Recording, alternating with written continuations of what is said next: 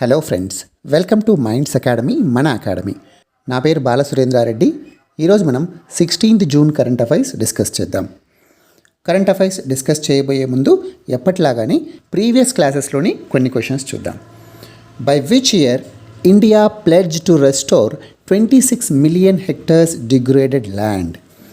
ఏ సంవత్సరం కల్లా భారతదేశం తమ భూభాగంలోని నిస్సారవంతమైనటువంటి 26 మిలియన్ హెక్టార్ల భూమిని తిరిగి ఉపయోగంలోకి తీసుకొస్తామని చెప్పి తీర్మానించింది?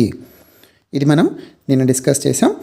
ప్రధానమంత్రి నరేంద్ర మోడీ గారు ఐక్యరాజ్య సమితికి చెందినటువంటి ఒక ఉన్నత స్థాయి సమావేశంలో పాల్గొన్నారు. ఆ సమావేశంలో భాగంగా 2019లో ఢిల్లీ డిక్లరేషన్లో భారతదేశం తీర్మానించినటువంటి దాన్ని గుర్తు చేస్తూ మేము ఆ డైరెక్షన్లోనే వర్క్ చేస్తున్నాము. 26 మిలియన్ హెక్టార్లను 2030 కల్లా తిరిగి పునరుద్ధరిస్తాము అని చెప్పి ప్రధానమంత్రి నరేంద్ర మోడీ గారు గుర్తు చేశారు. Technology used in manufacturing Novavax vaccine. Novavax vaccine వాళ్ళు, Novavax manufacturing company, vaccine manufacturing company వాళ్ళు ఏం చెప్పారు? తమ వ్యాక్సిన్ 90% ప్రభావవంతంగా ఉంటుందని చెప్పారు. ఏ వేరియంట్స్ మీద? దాదాపు అన్ని వేరియంట్స్ మీద 90% ప్రభావవంతంగా ఉంటుంది. వాళ్ళు భారతదేశంలో సీరం ఇన్స్టిట్యూట్ ఆఫ్ ఇండియాతో భాగస్వామ్యాన్ని కల్పించుకున్నారు. తద్వారా వాళ్ళు ఇండియాలో కోవావాక్స్ అనేటువంటి పేరుతో నోవావాక్స్ వ్యాక్సిన్ని తీసుకొస్తున్నారని చెప్పి డిస్కస్ చేసాం. అయితే ఏ టెక్నాలజీని వాడుతున్నారు అనేది చాలా important. Recombinant nano particle technology. Recombinant టెక్నాలజీనే వాడుతూ ఉన్నటువంటి ఇతర వ్యాక్సిన్లు ఏంటి? Moderna, Pfizer. సో అవి కూడా రీకాంబినెంట్ టెక్నాలజీని వాడుతున్నాయి. కానీ వాటికి అత్యంత తక్కువ టెంపరేచర్స్ అవసరం అవుతాయి. అతి తక్కువ ఉష్ణోగ్రతల్లో మాత్రమే వాటిని స్టోర్ చేయాలి, లేకపోతే అవి పాడైపోతాయి. కానీ నోవావాక్స్ నార్మల్ టెంపరేచర్స్ దగ్గర కూడా బాగా పనిచేస్తుంది అని చెప్పి ఆ కంపెనీ ప్రకటించింది. What is the infrastructure strategy adopted by G7 nations as an alternative to China's belt and road initiative? China పొలిటికల్గా, ఎకనమిక్గా తన్ను తాను బలపరుచుకోవడం కోసం చాలా దేశాల్లో బెల్ట్ అండ్ రోడ్ ఇనిషియేటివ్ కింద రకరకాల స్థావరాలను ఏర్పరచుకుంటుంది, తన యొక్క అగ్రెషన్ని చూపిస్తోంది. దీన్ని అపోజ్ చేస్తూ దీనికి ప్రత్యామ్నాయంగా G7లో ఉన్నటువంటి దేశాలు, రిచ్ కంట్రీస్ ఏవైతే ఉన్నాయో, ముఖ్యంగా అమెరికా బైడెన్ ప్రోద్బలంతో వాళ్ళు ఒక కమ్యూనికేని రిలీజ్ చేశాయి. అందులో ఏమని ప్రకటించారు అంటే build back better world. Very important. ఇదొక ఇన్ఫ్రాస్ట్రక్చర్ స్ట్రాటజీ, వాళ్ళ యొక్క వ్యూహం అనమాట. దీని ద్వారా బెల్ట్ అండ్ రోడ్ ఇనిషియేటివ్కి ఆపోజిట్గా ఉండేటువంటి ఇంకొక ఇనిషియేటివ్ని లాంచ్ చేశారు. అది build back better world. Who one French Open men's single title? Novak జకోవిచ్. స్పెల్లింగ్ తప్పుపడింది. నోవాక్ జకోవిచ్. ఫ్రెంచ్ ఓపెన్ చాలా ఇంపార్టెంట్ మనం డిస్కస్ చేసాం. One of the 4 grand slams అని కూడా డిస్కస్ చేసాం. మిగతా 3 ఏంటి? Australian Open, American Open, Wimbledon. Current affairs డిస్కషన్కి వెళ్తే ఈరోజు Eenadu editorial and Hindu editorial రెండూ కూడా నిన్న మనం వార్తల్లో చూసినటువంటి ఇన్ఫ్లేషన్కి సంబంధించి మనం ఏమని గమనించాం? ఇన్ఫ్లేషన్ 6 నెలల్లో రీటైల్ ఇన్ఫ్లేషన్ అత్యధిక స్థాయికి చేరింది. ఎంతగా నమోదైంది? 6.3%. అండ్ WPI టోకు ధరల ఇన్ఫ్లేషన్ ఎంతకు చేరింది? 12.94%, అప్రాక్సిమేట్గా 13%. అయితే ఈనాడులో ఉన్నటువంటి ఈ ఎడిటోరియల్ హెడ్డింగ్ ద్రవ్యోల్బణానికి ప్రభుత్వాల ఆజ్యం. ఈ హెడ్డింగ్ ఉద్దేశం ఏంటి? ప్రభుత్వాల ఆజ్యం అంటే ముఖ్యంగా ధరలు పెరిగిపోతూ ఇన్ఫ్లేషన్ దెబ్బ చాలా ఎక్కువగా పేదల మీద అండ్ మిగతా జనాల మీద, మధ్యతరగతి జనాల మీద పడుతున్నప్పటికీ ప్రభుత్వాలు మాత్రం ఫ్యూయల్ ప్రైసెస్ ఏవైతే పెట్రోల్, డీజిల్ ధరలు ఉన్నాయో అవి విపరీతంగా పెరిగిపోతున్నప్పటికీ కూడా వాటిలో ఉన్నటువంటి ట్యాక్సెస్ని తగ్గించట్లేదు అన్నటువంటి ఉద్దేశంతో ప్రభుత్వాలు ఇంకా దీనికి అగ్నికి ఆజ్యం తోడైనట్లు పెట్రోల్ ధరల పెంపు కూడా ప్రజల యొక్క కష్టాలకు ప్రధానమైనటువంటి కారణం అని చెప్పి ఈ ఎడిటోరియల్లో డిస్కస్ చేశారు. అండ్ హిందూ ఎడిటోరియల్కి వస్తే ఇక్కడ మీరు హెడ్డింగ్ గమనించండి, ది ఇన్విజిబుల్ ట్యాక్స్. ఇది చాలా ఇంపార్టెంట్. ఇండియన్ ఎకానమీలో మీరు చూసే ఉండొచ్చు. ఇన్విజిబుల్ ట్యాక్స్ అంటే లేదా హిడెన్ ట్యాక్స్ అని. ఇన్విజిబుల్ అంటే ఏంటి? హిడెన్, కనిపించకుండా ఉండడం. హిడెన్ ట్యాక్స్ అని కూడా అంటారు. దేనికి ఈ పేరు హిడెన్ ట్యాక్స్ లేదా ఇన్విజిబుల్ ట్యాక్స్ అని? ఇన్ఫ్లేషన్కి పేరు. నిజానికి ఇన్ఫ్లేషన్ లేదా ద్రవ్యోల్బణం ఒక పన్నునా? కాదు. డైరెక్ట్గా చూస్తే అది ఒక పన్ను కాదు, ఒక ట్యాక్స్ కాదు. కానీ ట్యాక్స్ అంటే ఏంటి? ఏదైనా ఒక వస్తువు మనం కొన్నప్పుడు దాని యొక్క ధరకు అధికంగా ప్రభుత్వాలు మన మీద వేసేటువంటిది ట్యాక్స్. అంటే మనము దాని యొక్క ధర కంటే అధికంగా చెల్లిస్తాం ప్రభుత్వాలకు, అది ట్యాక్స్ రూపంలో వెళ్తుంది. ఇక్కడ మామూలు ధర కంటే ఇన్ఫ్లేషన్ వల్ల ధరలు పెరుగుతాయి కదా, దానివల్ల కూడా మీ యొక్క పర్చేసింగ్ పవర్, కొనుగోలు సామర్థ్యం తగ్గిపోతుంది. ట్యాక్సెస్ వల్ల ఏ విధంగా అయితే ప్రజల యొక్క కొనుగోలు సామర్థ్యం తగ్గిపోతుందో, ఇన్ఫ్లేషన్ వల్ల కూడా వస్తువుల సేవల ధరలు పెరిగి ప్రజల యొక్క కొనుగోలు సామర్థ్యం తగ్గిపోతుంది. అందువల్ల దీన్ని ట్యాక్స్గా చూస్తారు. దీన్ని ఇంకో రకంగా కూడా చెప్పుకోవచ్చు. ఇన్ఫ్లేషన్ ఎప్పుడైతే ఒక దేశంలో పెరుగుతుందో అప్పుడు ఆ దేశ ప్రజల ఆదాయం కూడా పెరుగుతుంది. ఎందుకు, మనము గవర్నమెంట్ శాలరీస్ స్లిప్లు చూస్తే కనుక డియరెన్స్ అలోయన్స్ అని ఒకటి ఎక్స్ట్రాగా యాడ్ చేస్తారు. అంటే బయట వస్తువుల ధరలను బేస్ చేసుకొని డియరెన్స్ అలోయన్స్, డిఏ అంటారు, డిఏ ఇస్తారు. అదేవిధంగా ప్రైవేట్ కంపెనీస్ కూడా బయట ధరలు పెరిగితే, ఇన్ఫ్లేషన్ పెరిగితే కనుక శాలరీలు పెంచాల్సినటువంటి అవసరం ఉంటుంది. ఆ రకంగా వర్క్ చేసేటువంటి వర్కర్స్ కూడా డిమాండ్ చేస్తారు. అంటే ఇన్ఫ్లేషన్ పెరిగితే ప్రజల యొక్క ఇన్కమ్ పెరుగుతుంది. ఇన్కమ్ ఎప్పుడైతే పెరిగితే వాళ్ళు హయ్యర్ ట్యాక్స్ బ్రాకెట్స్లోకి వెళ్తారు. అంటే మన ట్యాక్స్ బ్రాకెట్స్ ఏవైతే ఉన్నాయో, ఇప్పుడున్న ఇన్కమ్తో అయితే సపోజ్ 5% ట్యాక్స్ పే చేయాల్సి వస్తుంది అనుకోండి, వాళ్ళ ఇన్కమ్ పెరిగినప్పుడు వాళ్ళు 10% ట్యాక్స్ పే చేయాల్సి రావచ్చు. అందువల్లనే ఇన్ఫ్లేషన్ను, అందుకే హిందూ ఈ టైటిల్ పెట్టింది ది ఇన్విజిబుల్ ట్యాక్స్ అని చెప్పి. ఈ రెండు ఎడిటోరియల్స్ కూడా ప్రధానంగా ఏం డిస్కస్ చేస్తున్నాయంటే, కోవిడ్-19 పాండమిక్ సెకండ్ వేవ్ వల్ల చాలామంది ఎకనమిక్గా చితికిపోయారు. ముఖ్యంగా వలస కార్మికులు కావచ్చు, లేదా మధ్యతరగతికి చెందినటువంటి ఎంఎస్ఎంఈ సెక్టార్స్ ఉంటాయి కదా, అంటే మా చిన్న మధ్య తరహా పరిశ్రమల్లో పనిచేసే వాళ్ళు కావచ్చు, వాళ్ళ ఉద్యోగాలు కోల్పోవడం కానీ, లేదా వాళ్ళ యొక్క ఆదాయాలు తగ్గిపోవడం కానీ, ఈ రకంగా రకరకాల సమస్యలను ఎదుర్కొంటున్నారు. అంటే ప్రధానంగా వీటి యొక్క నెట్ ఎఫెక్ట్ ఏంటి, ప్రజల యొక్క ఆదాయం తగ్గిపోయింది, వాళ్ళ జేబులో డబ్బులు ఉండట్లేదు. ఇలాంటి సిచ్యువేషన్లో ఇన్ఫ్లేషన్ పెరిగితే ఏమవుతుంది, వస్తువుల సేవల ధరలు పెరుగుతాయి. ధరలు పెరిగితే వాళ్ళు బయట వాటిని పర్చేస్ చేయాలి అంటే ఆల్రెడీ వాళ్ళ యొక్క ఇన్కమ్ తగ్గిపోయింది. బయట వస్తువుల ధరలేమో ఆకాశాన్ని అంటుతున్నాయి. వస్తువులు అంటే ఫుడ్ కావచ్చు, ఫ్యూయల్ కావచ్చు, వాళ్ళ రోజువారీ అవసరాలు కావచ్చు, బట్టలు కావచ్చు, ఏవైనా సరే ఈ ధరలు పెరగడం వల్ల ఆల్రెడీ ఆదాయ విషయంలో చితికిపోయినటువంటి ప్రజలు ధరలు పెరగడం వల్ల చాలా ఇబ్బందులకు గురవుతున్నారు. ఇది దీని యొక్క సారాంశం. ఈ రెండింటి యొక్క ఇందులో ఉన్నటువంటి ఇంపార్టెంట్ పాయింట్స్ కనుక మనం చూస్తే, హోల్సేల్ ప్రైస్ ఇండెక్స్ మనం నిన్న చూసాం 12.94%. This is important fact. అంతేకాకుండా ఇన్ఫ్లేషన్ 6.3%. ఈ రెండు కూడా ఏ నెలకు సంబంధించి, మే నెలకు సంబంధించి. ఈ 12.94% అనేది గత 25 ఏళ్లలో రికార్డు స్థాయికి చేరింది అని చెప్పి హిందూ చెప్తుంది. 12.94% is a record high in nearly 25 years. ఏది టోకు ధరల సూచీకి సంబంధించినటువంటి ద్రవ్యోల్బణం. అండ్ గ్రామాల్లో ద్రవ్యోల్బణం చూస్తే 6.5% ఉంది. ముఖ్యంగా గ్రామాల్లో ఎక్కువ మంది ఎవరుంటారు, రైతులు ఉంటారు. రైతులు ఇన్కమ్ పరంగా చాలా తక్కువ ఇన్కమ్తో బ్రతుకుతూ ఉంటారు. అలాంటి వాళ్ళకు కూడా 6.5% ద్రవ్యోల్బణం ఉందంటే ఈ ఇన్ఫ్లేషన్, ఈ ధరల పెరుగుదల అనేది గ్రామాల్లో ప్రజల యొక్క నడ్డి విరిచినట్లయింది. అంటే వాళ్ళను చాలా ఇబ్బందులకు గురి చేస్తుంది. మరి ఇంత ద్రవ్యోల్బణం పెరగడానికి కారణం ఏమని డిస్కస్ చేసాం? ఒకటి, ఫుడ్ ప్రైసెస్ పెరగడం, ఆహార ధరలు పెరగడం, అండ్ ఫ్యూయల్ ప్రైసెస్ పెరగడం, ఇంధన ధరలు పెరగడం. ఇంకొకటి, వంట నూనె ప్రైసెస్ కూడా పెరిగాయని చెప్పి మాట్లాడుకున్నాం. దాదాపు 30% ఇంక్రీజ్ జరిగింది ఇందులో వంట నూనెల ధరల్లో. అంతేకాకుండా పవర్ ప్రైసెస్ కూడా, విద్యుత్ ధరలు కూడా పెరిగాయి. ముఖ్యంగా ఇక్కడ చూస్తే fuel and power inflation wholesale price ఇండెక్స్లో ఉన్నటువంటి బాస్కెట్లో ఫ్యూయల్ అండ్ పవర్ ఇన్ఫ్లేషన్ అనేది 37.61% పెరిగింది. Very important. Fuel and power inflation, fuel అంటే ఇంధన ధరలు, పెట్రోల్ డీజిల్ కావచ్చు, పవర్ అంటే విద్యుత్ ధరలు, ఇవి 37.61% ఇంక్రీజ్ని చూశాయి WPI బాస్కెట్ పరంగా చూస్తే. అండ్ CPI ఇన్ఫ్లేషన్ పరంగా చూస్తే ఫ్యూయల్ అండ్ పవర్, లైట్ అంటే కూడా విద్యుత్తే, CPI టర్మ్స్లో దీన్ని ఫ్యూయల్ అండ్ లైట్ అని పిలుస్తారు. ఇందులో 11.58% వచ్చింది. మీకు ఒక డౌట్ రావచ్చు, ఇక్కడ కూడా ఫ్యూయల్ అండ్ పవరే అంటున్నాం, ఇక్కడ కూడా ఫ్యూయల్ అండ్ లైట్ అంటే పవర్ అనే మాట్లాడుతున్నాం, మరి అక్కడేమో 37.61% జంప్ ఎలా చూసింది, CPIలో ఏమో కేవలం 11.58% ఇంక్రీజ్ ఉందని చెప్తున్నాం. ఎందుకు? WPI is different from CPI. WPIని జనరల్గా సప్లయర్స్ దృష్టిలో చూస్తారు. ఎందుకు? This is a wholesale content, wholesale price index కాబట్టి. సిపిఐని వినియోగదారుని దృష్టిలో చూస్తారు. ఎందుకు? రీటైల్ అంటేనే, రీటైల్ అమ్మకాలు అంటేనే ఫైనల్ వినియోగదారుడు ఎవరైతే ఉన్నారో వాళ్ళు రీటైల్ వినియోగదారులు. సో సిపిఐ అనేది ఎండ్ ఆఫ్ ద ప్రొడక్ట్ అనమాట. అంటే ఎవరైతే వినియోగిస్తారో వాళ్ళ దృష్టిలో చూస్తారు. డబ్ల్యూపిఐ అనేది ప్రొడ్యూసర్స్ లేదా సప్లయర్స్ దృష్టిలో చూస్తారు.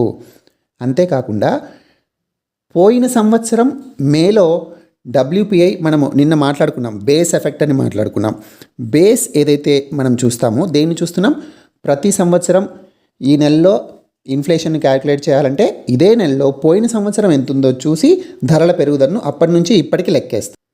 మరి గత ఏడాది మేలో టోకు ద్రవ్యోల్బణం ఎంత ఉండింది?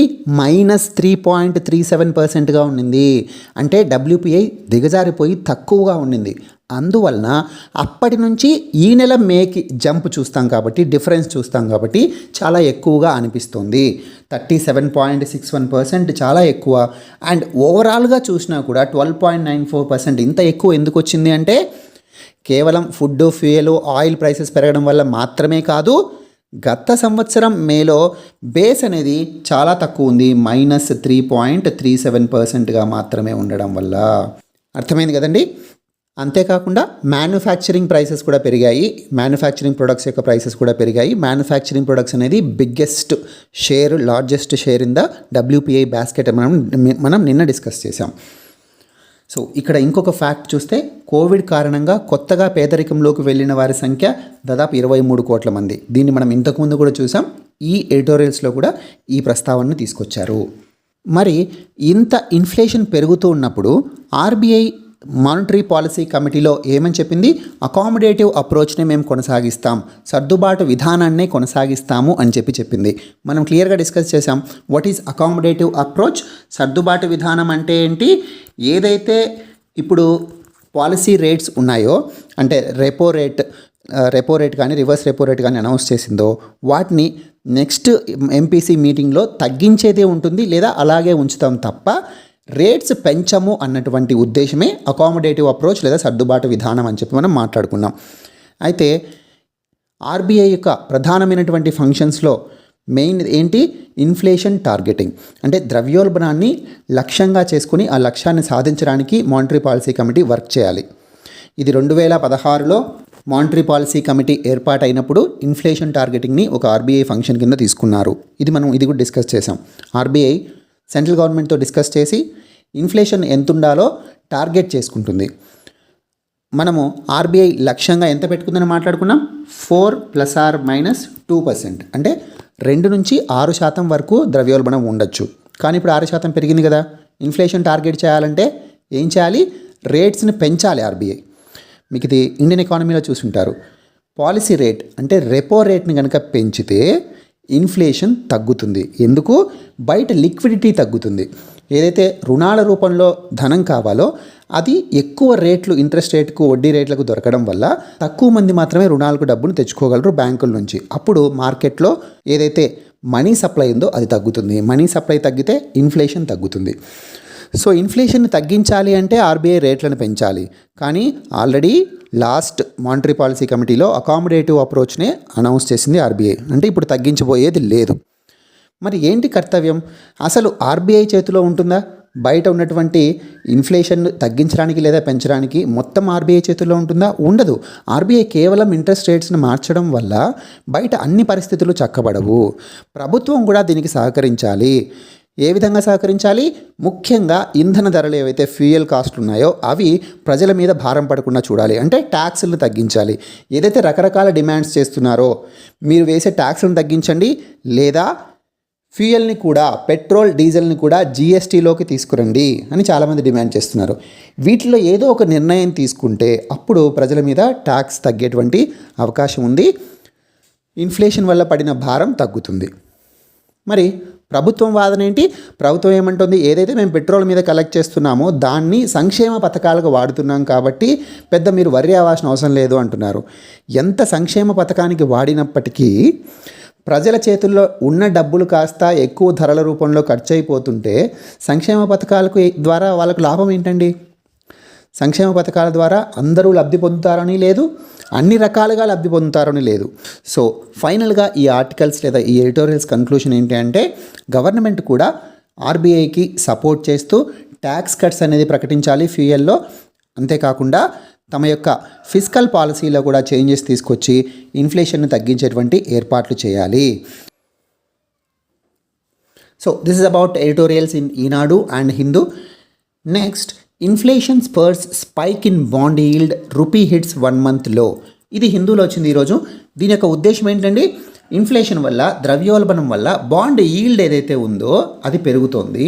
అంతేకాకుండా రూపాయి విలువ 1 నెలల కాలంలో అతి తక్కువకు చేరుకుంది. అంటే నెలవారీగా ఈ నెల మొత్తంలో అతి తక్కువగా చేరుకుంది రూపాయి విలువ. అంటే రూపీ డిప్రిషియేట్ అయింది.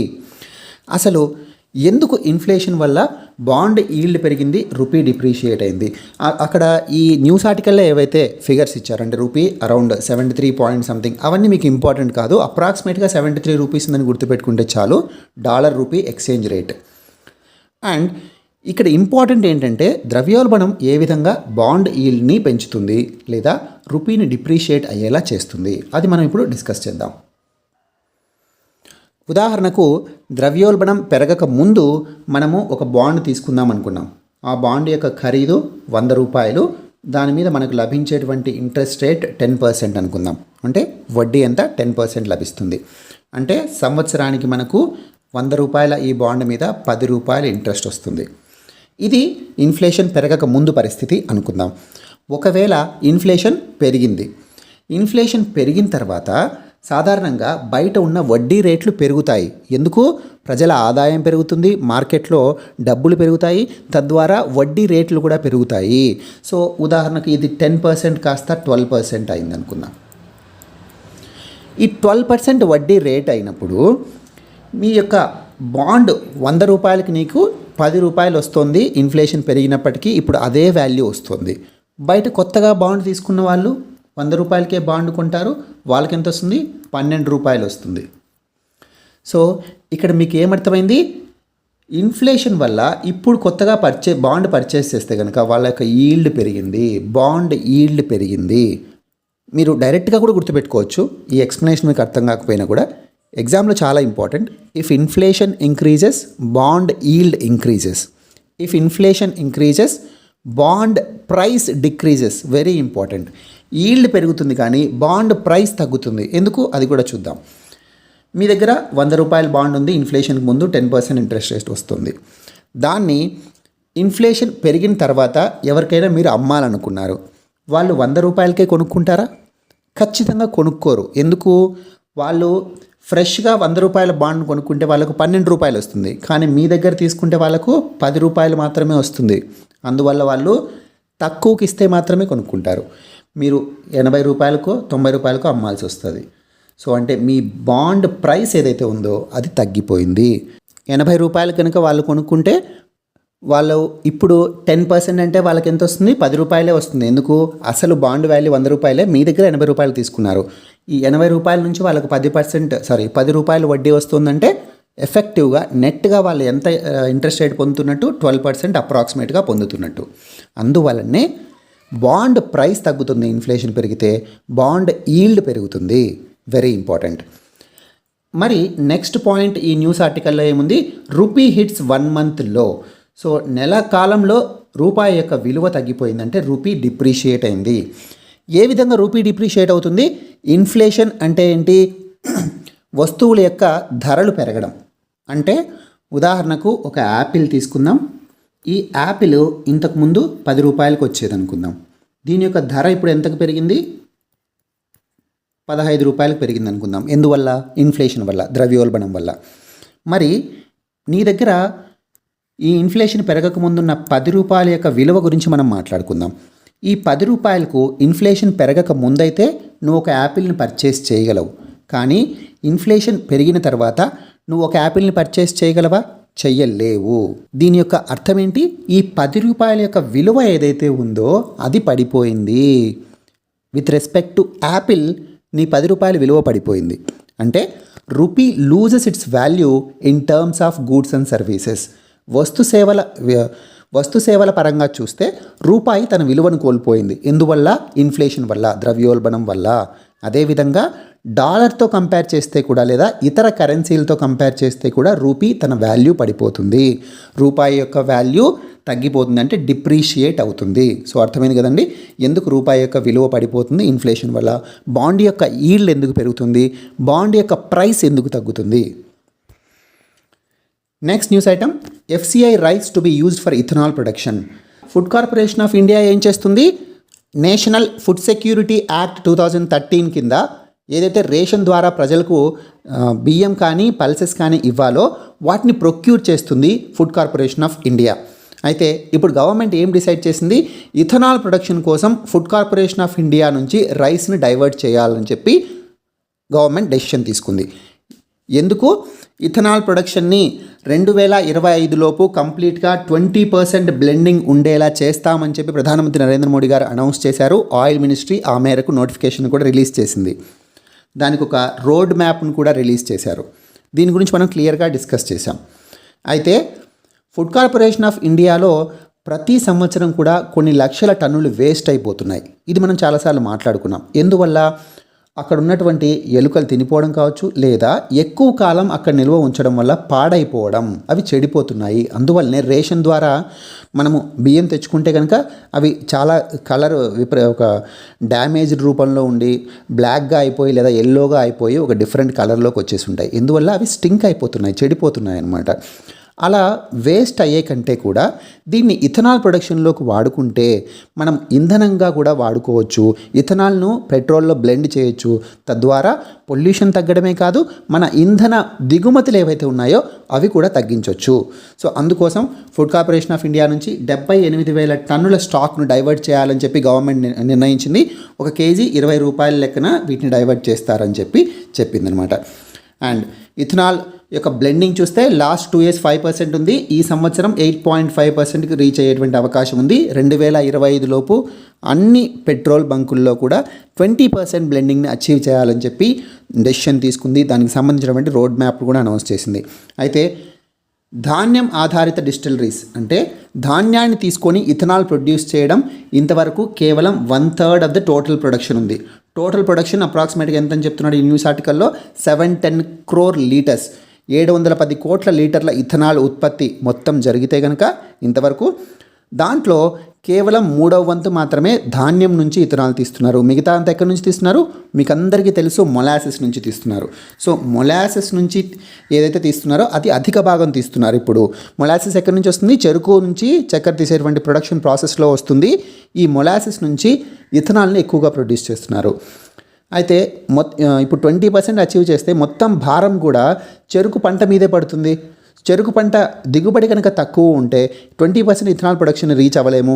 అందువల్ల బియ్యం నుంచి కూడా ఎక్కువగా ఇథనాల్ తీయాలని చెప్పి 78,000 టన్నులను డైవర్ట్ చేసింది. Government confirms first death after vaccination.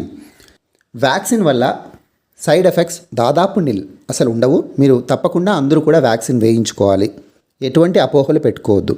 కానీ ఈ న్యూస్ ఏంటంటే ఇంతవరకు కేంద్ర ప్రభుత్వం వ్యాక్సిన్ వల్ల వచ్చేటువంటి సైడ్ ఎఫెక్ట్స్ లేక అలర్జీస్ వల్లనే ఒక మరణం సంభవించింది అని చెప్పి కన్ఫర్మ్ చేసింది.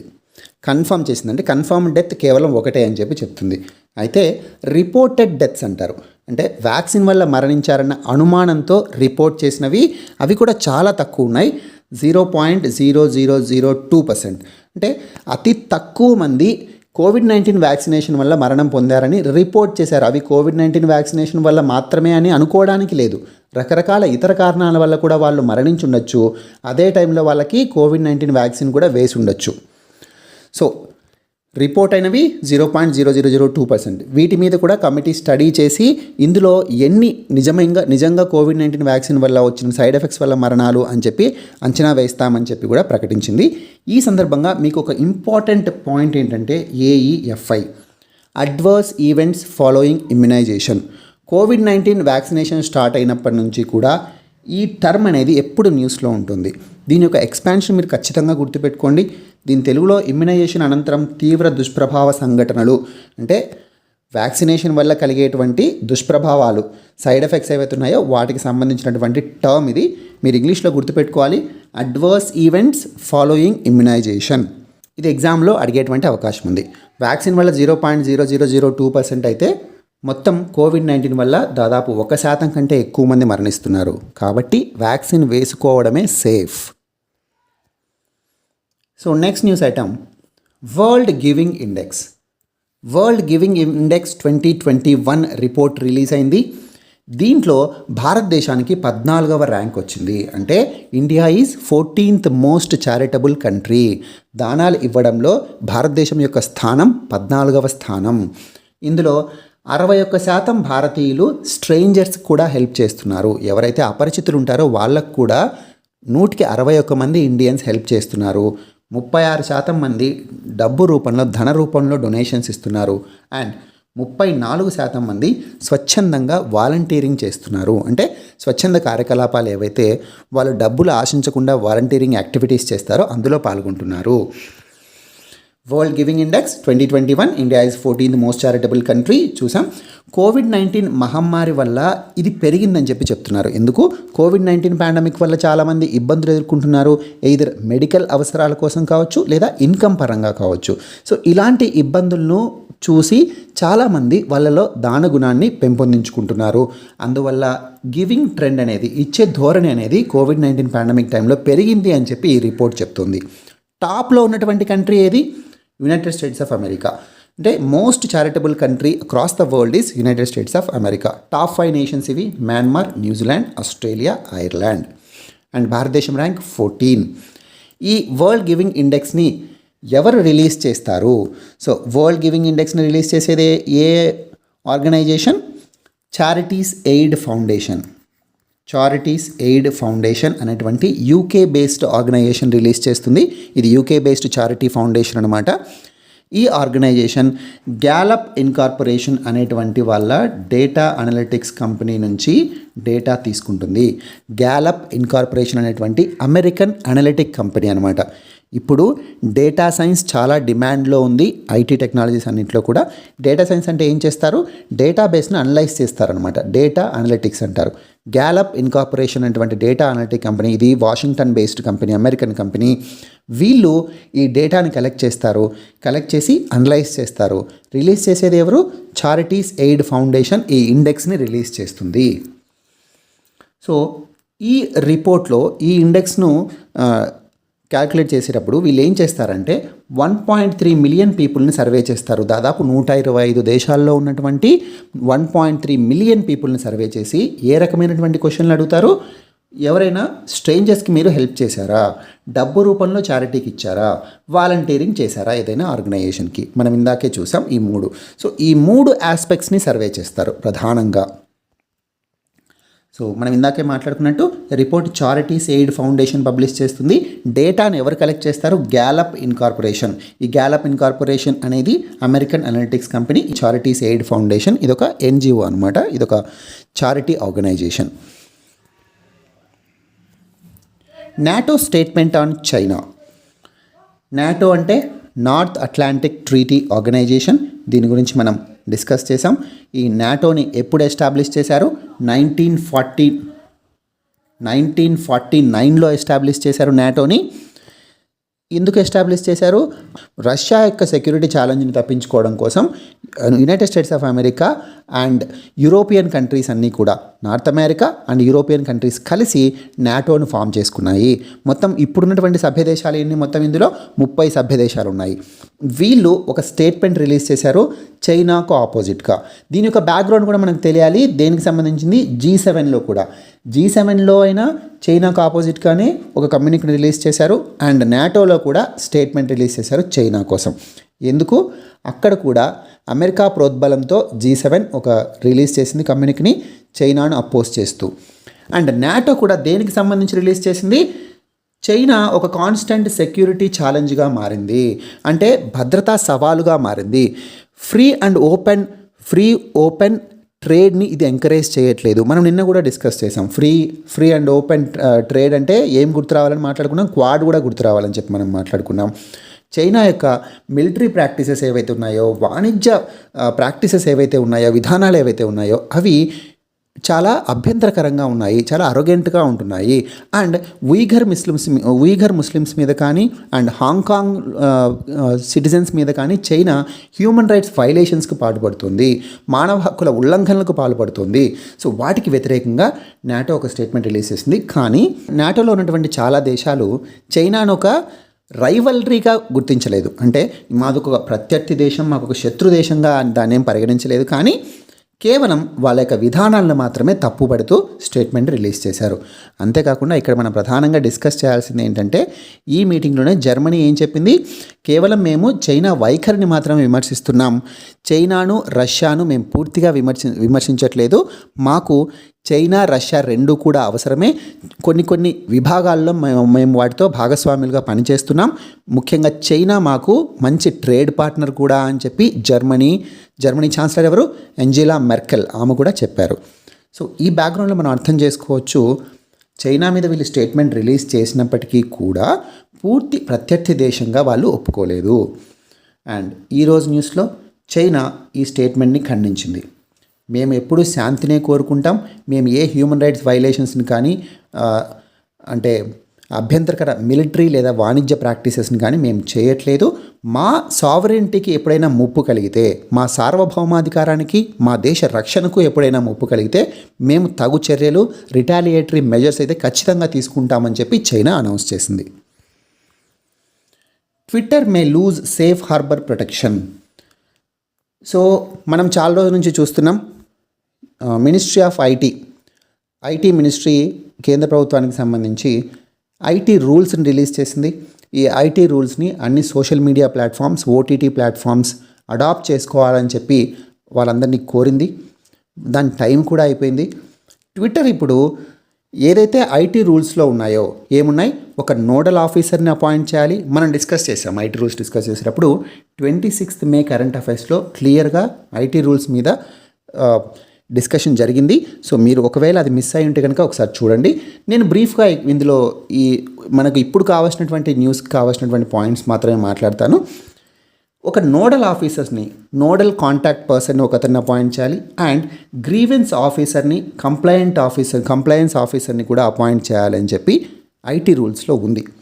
కానీ ట్విట్టర్ నోడల్ కాంటాక్ట్ పర్సన్ని ఇటీవలే అపాయింట్ చేసింది. కానీ మేము చాలా రోజుల క్రితం ఒక రకరకాల నోటీసులు ఇస్తున్నప్పటికీ కూడా కంప్లయన్స్ ఆఫీసర్ని ఇంకా అపాయింట్ చేయలేదు అని చెప్పి కేంద్ర ప్రభుత్వం అఫీషియల్స్ చెప్తున్నారు. ఇప్పుడు ఉన్నటువంటి వార్తల్లో ఉన్నటువంటి విషయం ఏంటంటే, ట్విట్టర్కి సేఫ్ హార్బర్ ప్రొటెక్షన్ పోయేటువంటి అవకాశం ఉంది. ఇది ఏం ప్రొటెక్షన్, ఏ రక్షణ, మనం ఇది కూడా డిస్కస్ చేసాం. Section 79 of IT act. Section 79 of IT act ప్రకారం ఏదైనా థర్డ్ పార్టీ కంటెంట్ ఉంటే ఈ సోషల్ మీడియా ఇంటర్మీడియట్స్ ప్లాట్ఫామ్లో, అంటే ఫేస్బుక్లో కావచ్చు, ట్విట్టర్లో కావచ్చు, వాట్సాప్లో కావచ్చు, ఎవరైనా థర్డ్ పార్టీ పోస్ట్ చేసినటువంటి కంటెంట్ వల్ల పనిష్మెంట్ ఏదైనా ఉంటే అది ఈ కంపెనీలకు ఉండదు. థర్డ్ పార్టీ పోస్ట్ చేశారు కాబట్టి వీళ్ళు బాధ్యత వహించాల్సినటువంటి అవసరం లేదు. ఈ ఎగ్జంప్షన్ ఉంటుంది సెక్షన్ 79 ఆఫ్ ఐటీ యాక్ట్లో. మనం ఆ రోజే డిస్కస్ చేసాం. ఈ న్యూ గైడ్లైన్స్ ఏవైతే ఐటీ రూల్స్ ఉన్నాయో అందులో సెక్షన్ 7 ప్రకారం ఈ రూల్స్ ఎవరైతే ఫాలో అవ్వట్లేదో వాళ్లకు ఈ యాక్ట్లోని ఈ సెక్షన్ 79 వర్తించదు అని క్లియర్గా చెప్పారు. సో ఇప్పుడు కూడా దాన్నే ఉటంకిస్తూ అందరూ ఏం చెప్తున్నారు, ట్విట్టర్ సెక్షన్ 79 ద్వారా వాళ్ళకు లభించేటువంటి చట్టపరమైన రక్షణ ఏదైతే ఉందో థర్డ్ పార్టీ కంటెంట్ మీద, అది కోల్పోయేటువంటి అవకాశం ఉంది. మీకు ఈ న్యూస్ ఐటమ్ తేవడానికి ప్రధానమైనటువంటి కారణం సెక్షన్ 79 మీరు గుర్తుపెట్టుకోవాలి, ఎప్పుడు న్యూస్లో ఉంటుంది కాబట్టి. అండ్ న్యూ ఐటీ రూల్స్ మనం క్లియర్గా డిస్కస్ చేసాం. 26 మే మీరు ఒకసారి చూడండి. అంతేకాకుండా కోల్పోతే, ఇంటర్మీడియట్ స్టేటస్ కోల్పోతే ఇదొక న్యూస్ పబ్లిషింగ్ హౌస్ లాగా ట్రీట్ చేస్తారు టెక్నికల్గా, చట్టపరంగా. అందువల్ల ఫారిన్ ఇన్వెస్ట్మెంట్ లిమిట్స్ కూడా ఉంటాయి. 26% మాత్రమే ఫారిన్ ఇన్వెస్ట్మెంట్స్ దాంట్లోకి అనుమతించాలి. అంతేకాకుండా ఐపీసీలో, ఇండియన్ పీనల్ కోడ్లో, భారతీయ శిక్షా స్మృతిలో ఏవైతే శిక్షలు ఉన్నాయో అవన్నీ కూడా ట్విట్టర్కి వర్తిస్తాయి.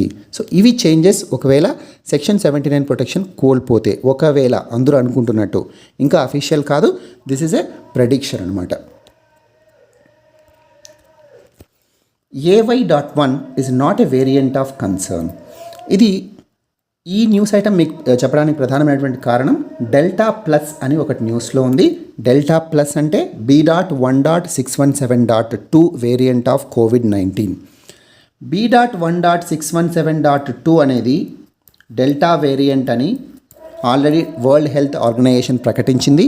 అంతేకాకుండా ఇది వేరియంట్ ఆఫ్ కన్సర్న్ అని కూడా ప్రకటించిందని చెప్పి మనం క్లియర్గా ఆ టేబుల్ మొత్తాన్ని కూడా డీటెయిల్గా చూసాం. అయితే డెల్టా ప్లస్ అంటే ఈ డెల్టా వేరియంట్లోనే మ్యూటేషన్ జరిగింది, అందుకే .1 అని పెట్టారు. ఈ మ్యూటేషన్ దేనికి సంబంధించి అసోసియేట్ అయింది?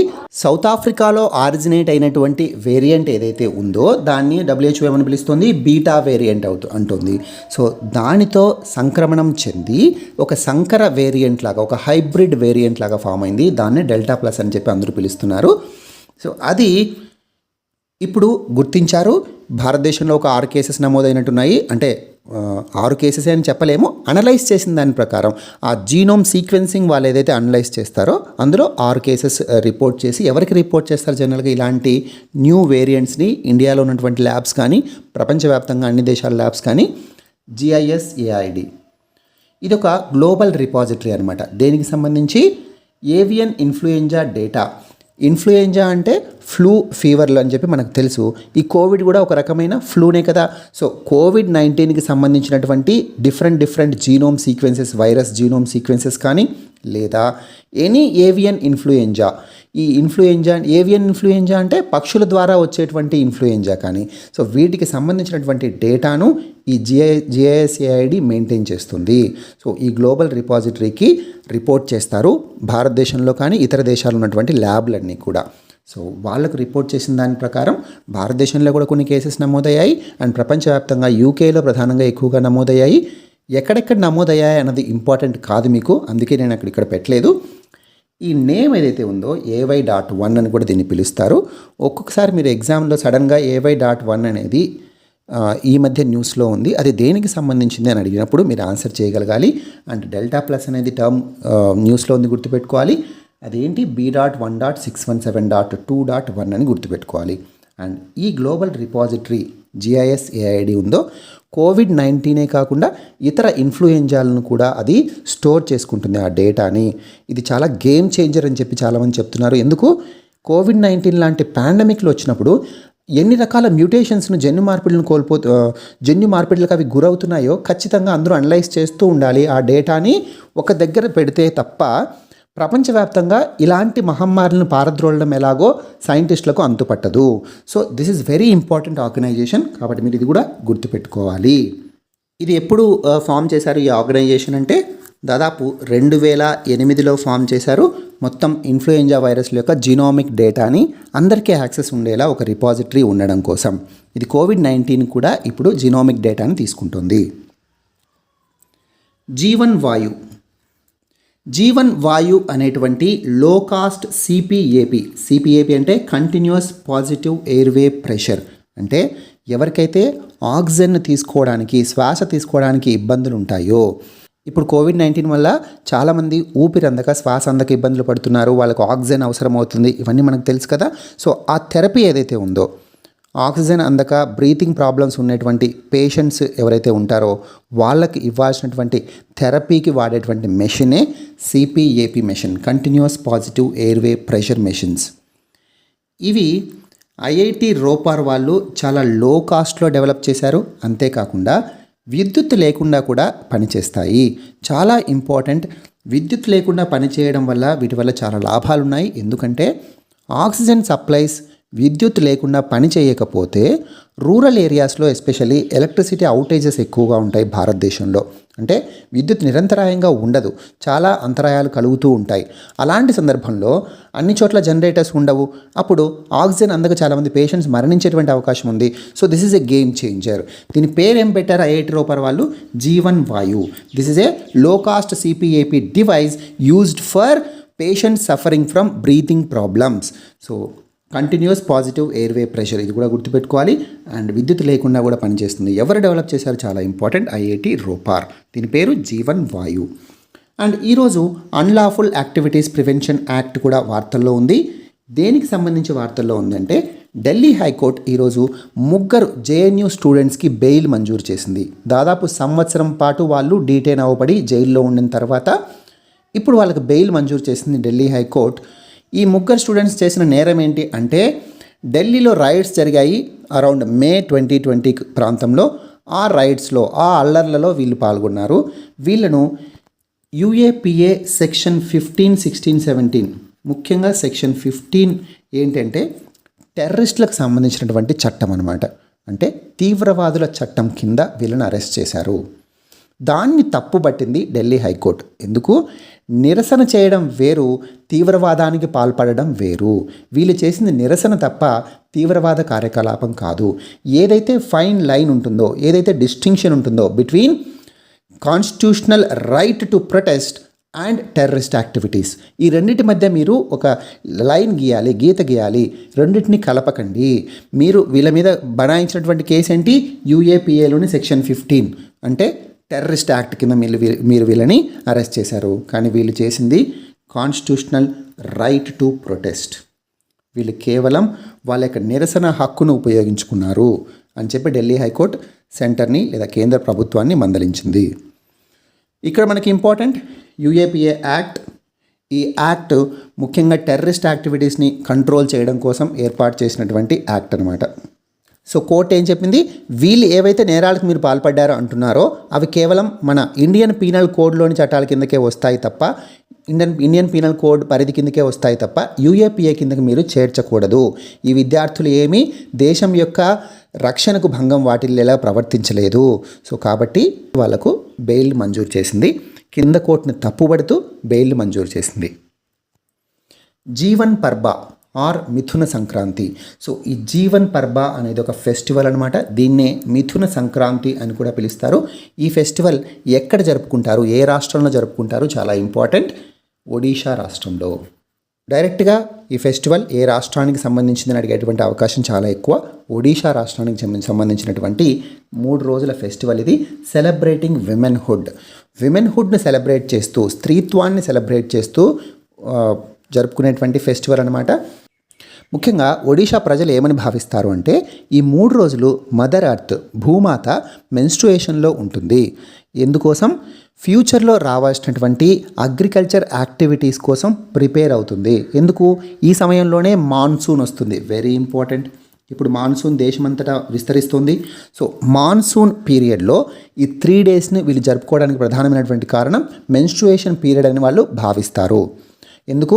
పంటలు మొక్కలు వేసినప్పుడు భూమిలోంచి మొక్కలు చీల్చుకొని వస్తాయి. అంటే మన భూమాత మనందరి ఆకలి తీర్చడం కోసం ఆమె 3 రోజుల మెన్స్ట్రువల్ సైకిల్ అయిన తర్వాత పంటలు వేసిన తర్వాత పంటలను మనకు పండిస్తుంది. అంటే దాదాపు ఒక అమ్మ ఏ విధంగా అయితే బిడ్డకు జన్మనిస్తుందో మన తిండికి కావాల్సినటువంటి పంటలను మన భూమాత జన్మనిచ్చి మన ఆకలిని తీరుస్తోంది అని చెప్పి వీళ్ళు భావిస్తారు. ఈ 3 రోజుల్లో ప్రజలు ఏం చేస్తారంటే ఒడిషా ప్రజలు వాళ్ళ విమెన్ ఎవరైతే మహిళలు ఉంటారో వాళ్ళకి హౌస్ హోల్డ్ యాక్టివిటీస్లో బ్రేక్ ఇస్తారు.